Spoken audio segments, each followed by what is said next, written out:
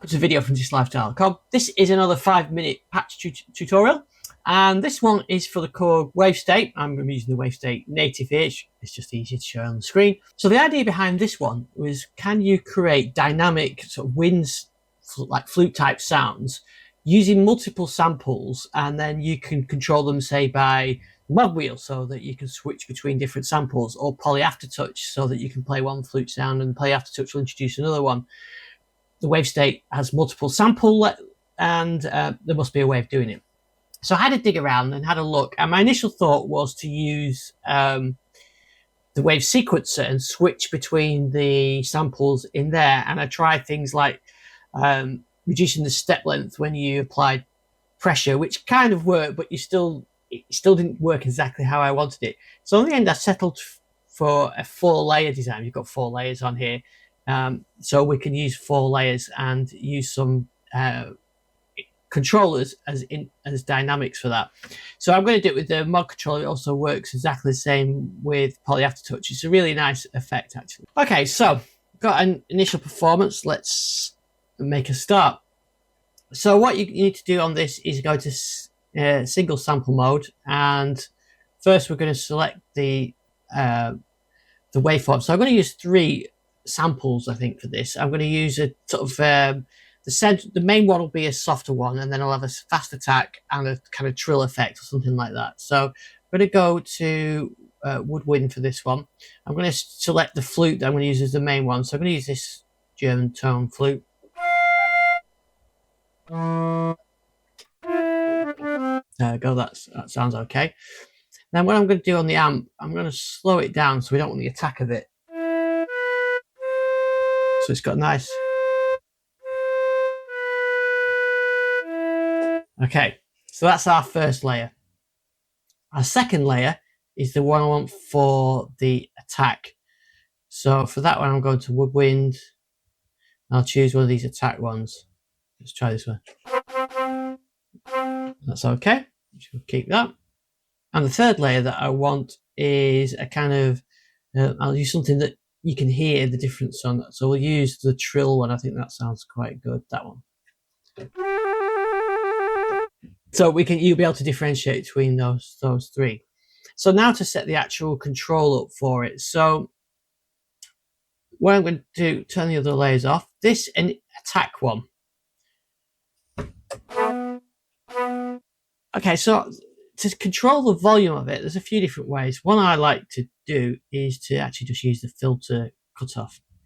It's a nice, easy one to control. So I'm going to set the cutoff at 0 and set its velocity to be. Now, I'm not sure to use exponential or release, so we'll test it.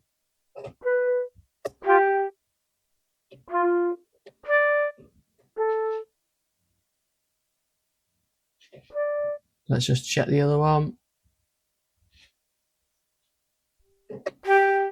That's the one to use. Okay, so the other layer, a nice soft layer, we want to disappear when we put the modulation on. So again, filter, and we can go with controller, Modwheel, minus. So it cuts it off. And then for the Trill one, we do the opposite. You could use the other volume controls if you want. It's just nice and easy to show you on this one. I want this controlled by velocity. No, not velocity. I want this controlled by Modwheel, positive.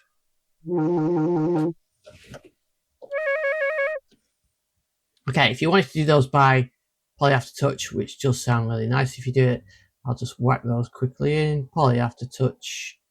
Let's give that the same. For this layer, we did Aftertouch. So let's assign that. I'm saying for this one, we use a negative. It wouldn't matter on this one because it's a start one, isn't it? So, right, so let's get all 3 layers on there. I go soft, you get that nice soft intro. Let's play it hard. You You hear that dynamics, and then use the Modwheel to add that experience.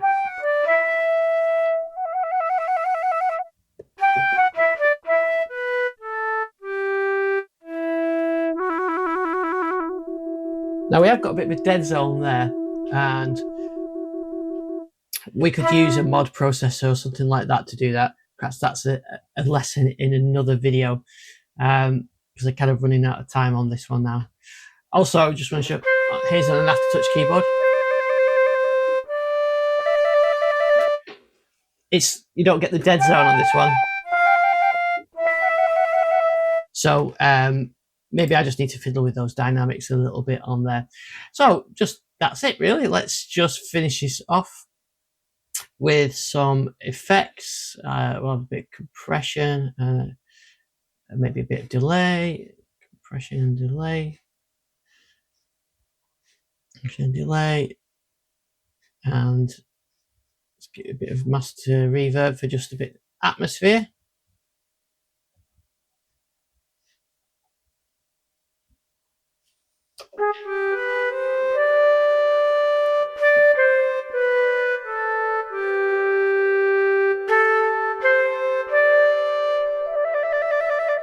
Or if I can do it through the Aftertouch.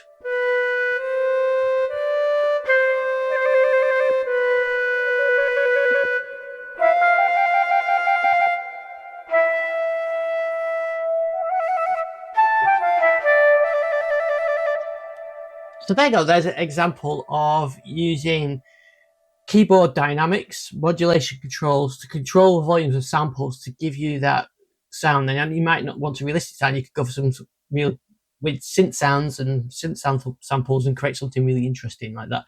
But it's how you can use it. I only use 3 layers there, so you can add a 4th layer for even more dynamics. So thanks for watching this video. I hope that's useful. If you've got any suggestions for these 5-minute videos, please let me know, and I'll see you on the next video.